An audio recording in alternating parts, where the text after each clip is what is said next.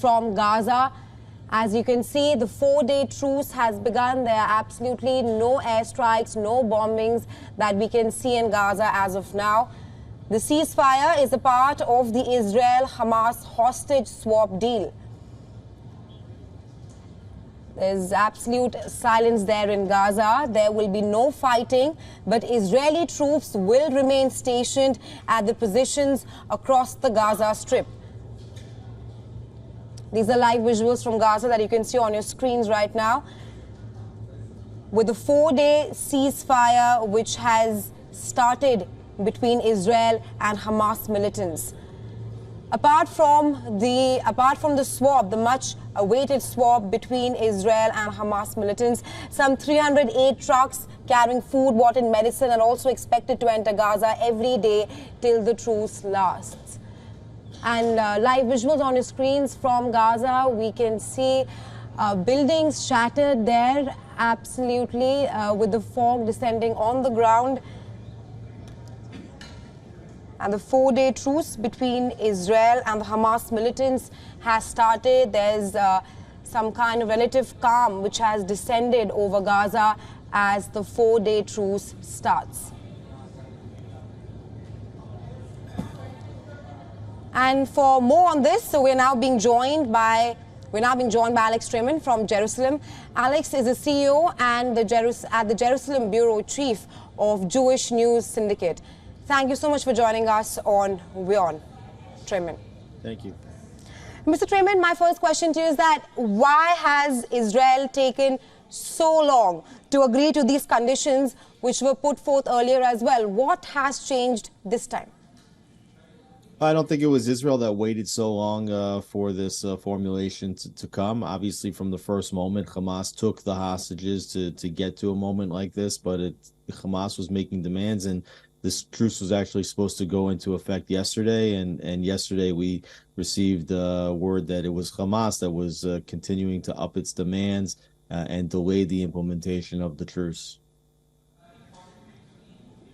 Mr. Treman, these demands of the prisoner swap and the hostage release were put forth on the table earlier as well, but Netanyahu has now agreed.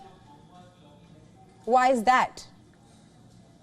Well, Netanyahu is under significant pressure from the families of those who were taken hostage to do whatever it takes to bring them home, even if they enter into a deal which is seemingly unfair, which is seemingly dangerous, both to the hostages that aren't released as well as to the IDF soldiers that are now in Gaza and don't have the opportunity to shoot if they're it's a dangerous situation. And also releasing known terrorists, arrested terrorists back into Israeli society is a dangerous situation. But this is the price that the Israeli government is willing to pay to get back its innocent civilians that were brutally kidnapped on October 7th. Mr. Treman, experts also believe that this 4-day truce might well be extended. How do you see that reading? Because one of the major components of the truce between Israel and Hamas militants is that it allows a further 1-day pause in fighting for every additional batch of hostages released. And as you said, the Netanyahu is under pressure from the relatives of the hostages taken by Hamas militants. So how do you see this panning out? Well, first of all, we have to see if the truce holds. Only 15 minutes ago, rockets from Gaza were fired already after the 7 a.m.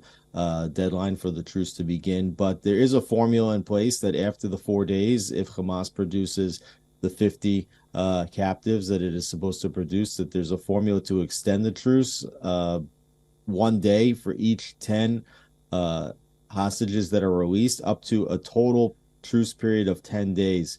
So I think the burden of proof is really going to be on Hamas to see if they have the hostages under their control, that they're alive and that they're prepared to release them. If they are, then there will be additional days of quiet. You speak of how the burden of this truce is on Hamas, but I also want to ask you a question on how do you think Israel at the moment will be able to strike a balance in hostage release and destroying Hamas, which it clearly has said that that's its ultimate aim, because Israel has clearly said that they will continue attacking the Hamas militants and continuing its airstrikes in Gaza after the truce, after the ceasefire. The defense minister yesterday said that he expects fighting to go on for at least another 2 months, and that the IDF is prepared to strike, and to strike hard the moment the truce is over. In fact, the IDF actually sought to take advantage of the pause in the fighting in order to redeploy troops into more advantageous positions, particularly as the fighting, which has been limited to the north of Gaza, will now shift to the south. Mr. Treman, you speak of how Hamas has made it clear that they will increase the fighting on all the fronts. Do you think that this ceasefire will help Hamas regroup and intensify its attacks? This is definitely the fear, and one of the issues that was brought up in the deliberations inside Israel about whether to accept the terms of the agreement is that Hamas was very much on the ropes here, and the IDF had been moving forward with speed and force through Gaza, and Hamas desperately needed the opportunity to regroup. It will be a chance for them to also to redeploy, to move their positions, and also to recoup some of the weapons which may have been isolated in certain positions, and to collect them and gather them for the next round of fighting. So yes, it actually puts IDF troops in much greater danger that Hamas will be able to regroup and rearm, but the IDF is confident that it's strong enough to handle those threats.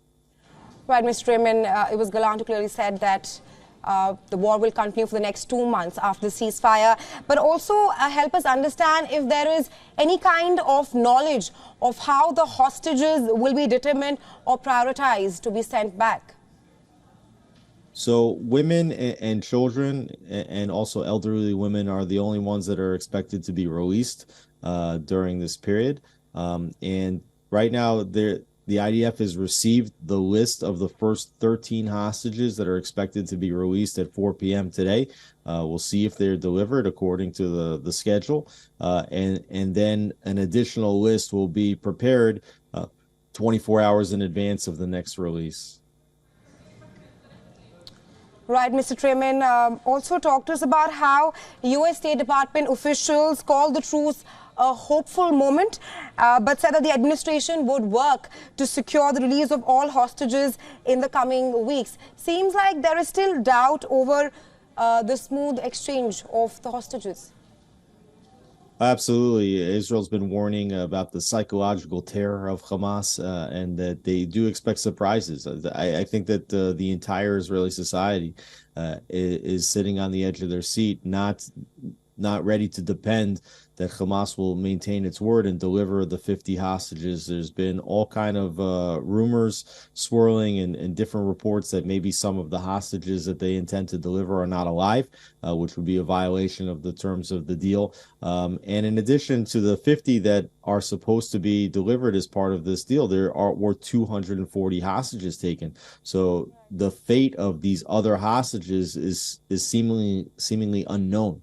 So it could be that they have 50 that they can deliver. Maybe the only reason they've agreed to 50 is because they don't have any more that they can deliver, and we don't yet have any information as to the status of the other remaining hostages.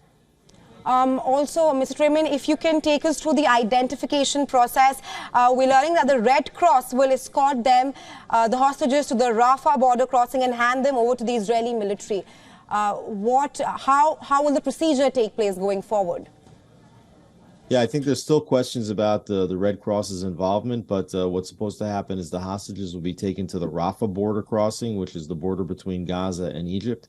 And Israel has set up like a mini field hospital to immediately accept and collect the hostages, and to do a very superficial medical examination. There are 6 hospitals in Israel which have been prepared to accept the hostages with special wards and accommodations already set up, and the hostages will then be transported to the hospital on the basis of the need and which hospital they think is the most appropriate. There they'll be able to meet up with family members for the first time and get significant medical examination and assistance if they need it. Mr. Treman, apart from the hostages being released from Gaza, 39 Palestinian prisoners will also be released from Israel as a part of the swap on the 4-day truce between Israel and Hamas militants. On what basis are will these Palestinian prisoners be released? Shed some light on that. Absolutely, yes. I mean, as part of the deal, Israel's agreed to release on a ratio of 3-to-1 prisoners that are sitting in prison in Israel for committing acts of terror. You're talking about individuals that are minors under the age of 19, which means it includes many 17, 18, and 19-year-old males that were committing acts of terror, arrested in the act of attempted murder, as well as women that were arrested in the act of attempted murder. And they will be simply released back to the societies in which they were from. There was one case of a woman who tried to stab a neighbor, and she's going to go back home to the house where she lived prior, right next door to the neighbor that she attempted to stab. But Mr. Trainman, we're also learning that the truce has begun, the ceasefire has begun, that there will be no fighting, but Israeli troops will remain stationed at their positions across the Gaza Strip. Tell us more on that.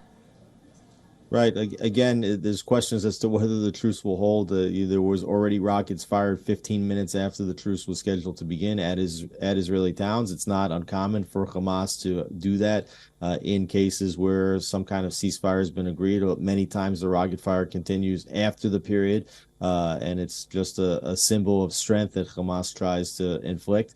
Yes, the IDF will maintain positions in Gaza, which means that the threat of continued fighting is ready and apparent. The IDF is under instructions not to fire unless fired upon. But if the IDF is fired upon, it will return fire. It will seek not to increase the fighting, only to return fire in those specific locations to protect themselves and their positions. But this isn't a permanent ceasefire. This is a temporary halt in the fighting in order to allow for the return of the hostages. So the international community is hoping that this pause in the fighting will last. Nobody in Israel thinks that this temporary pause is going to lead to a full-fledged ceasefire.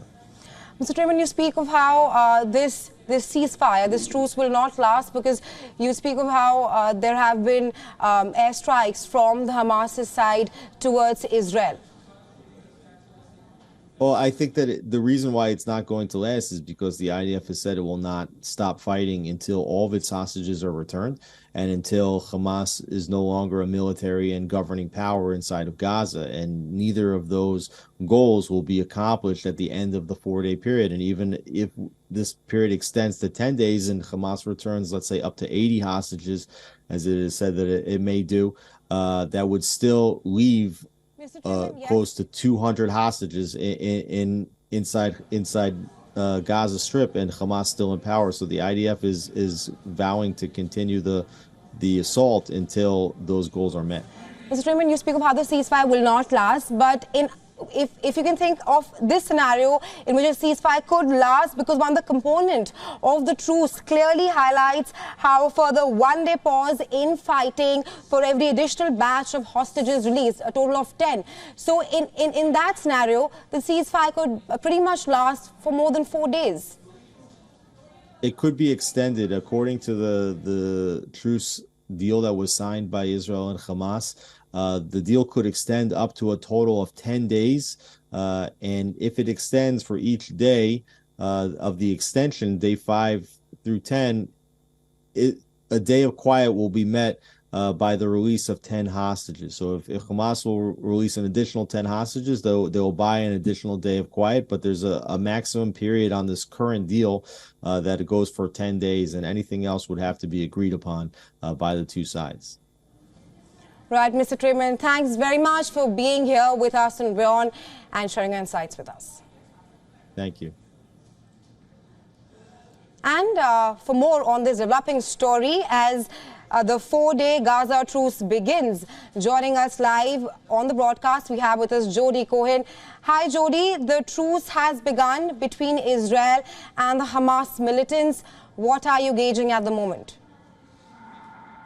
Good morning. Yes, so the pause began at 7 a.m. local time.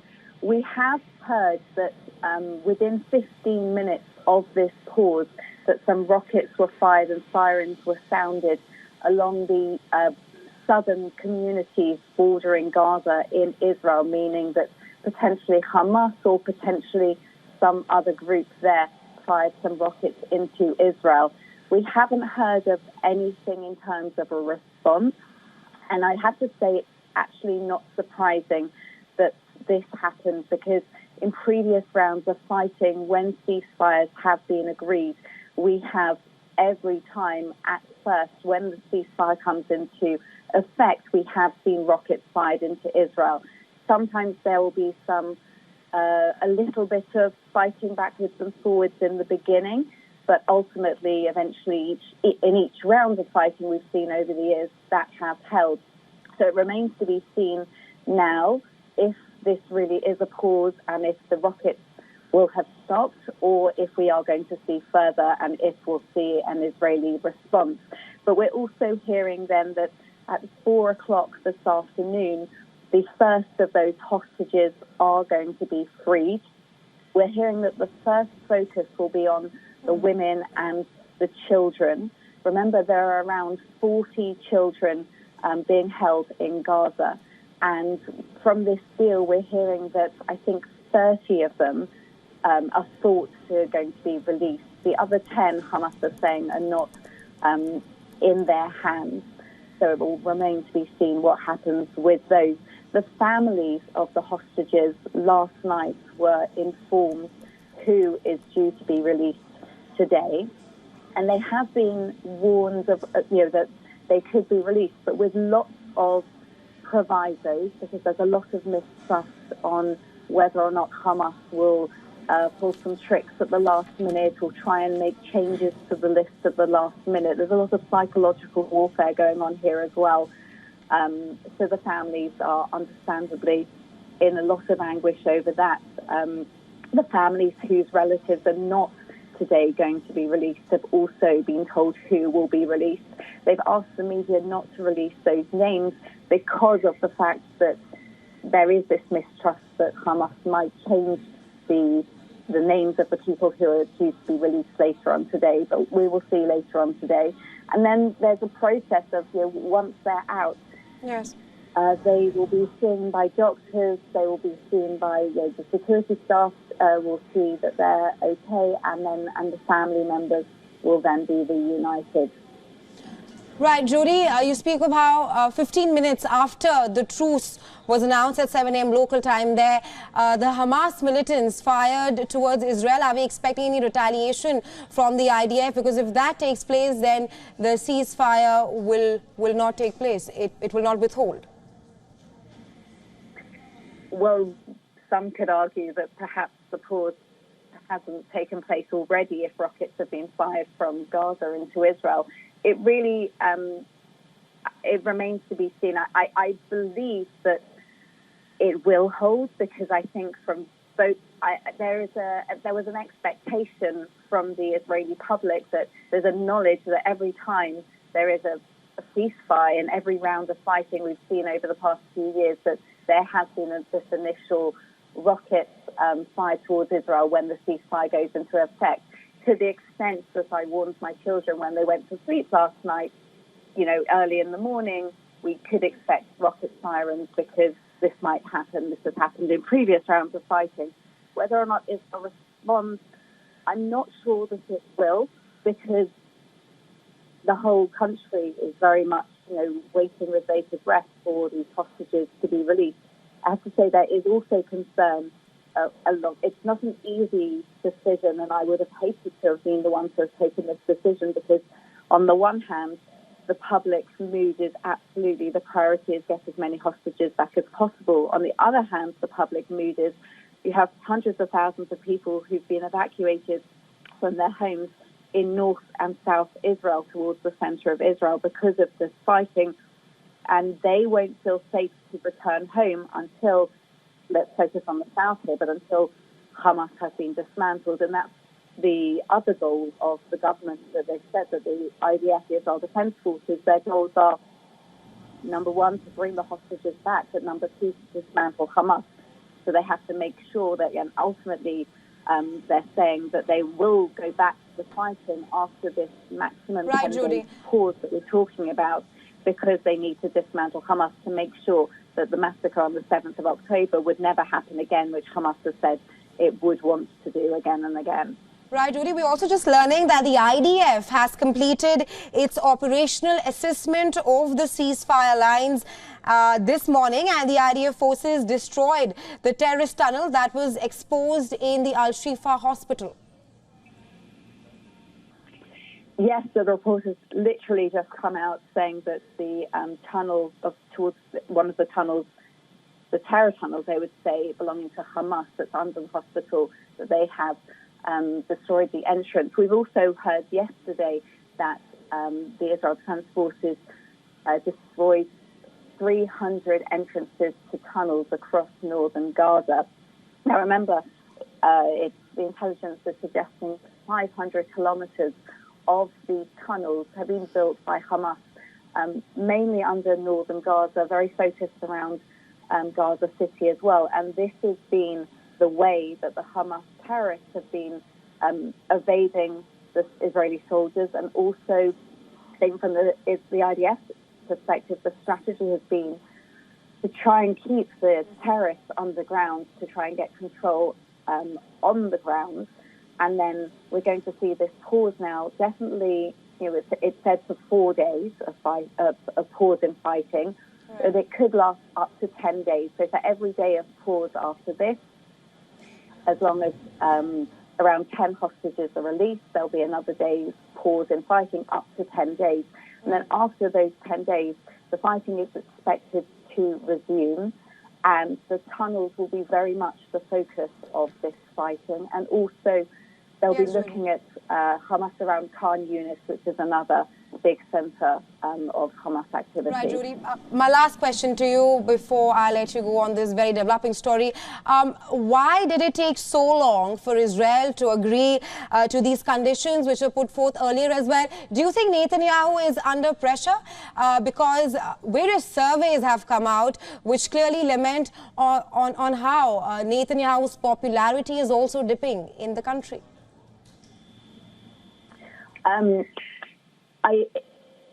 The question is, I think, that why would it take so long for this hostage deal right now and the pause to have come around? But it's not because these conditions had always been offered by Hamas. The earlier conditions that had been offered by Hamas were vastly, vastly different. They wanted a whole month pause in fighting, reportedly, for only 10 hostages to be exchanged. So what's taken this long, and I think that's a natural process with negotiation, is number one, it takes time to negotiate, and number two, the Israeli government would say that it's been the Israeli ground offensive that have enabled them to get Hamas to change the terms, so to swing so far in the other direction, to say, no, for 10 hostages released, you'll get 1 day of pause, not a month's day of pause. So that's the first thing. In terms of in terms of Netanyahu's popularity, yes, various surveys have been coming out, not just the last few days, but also the last 9 months, showing a dip in popularity for Netanyahu. Right now, the priority across the country, the feeling is that this priority is to deal with the war and to deal with Hamas and to get the hostages back. There's going to be a commission of inquiry looking into the responsibility of the intelligence failure on the 7th of October. That will happen after the war. And certainly we're going to be seeing debates in terms of a future election coming up. But also let's just see the outcome, I think, on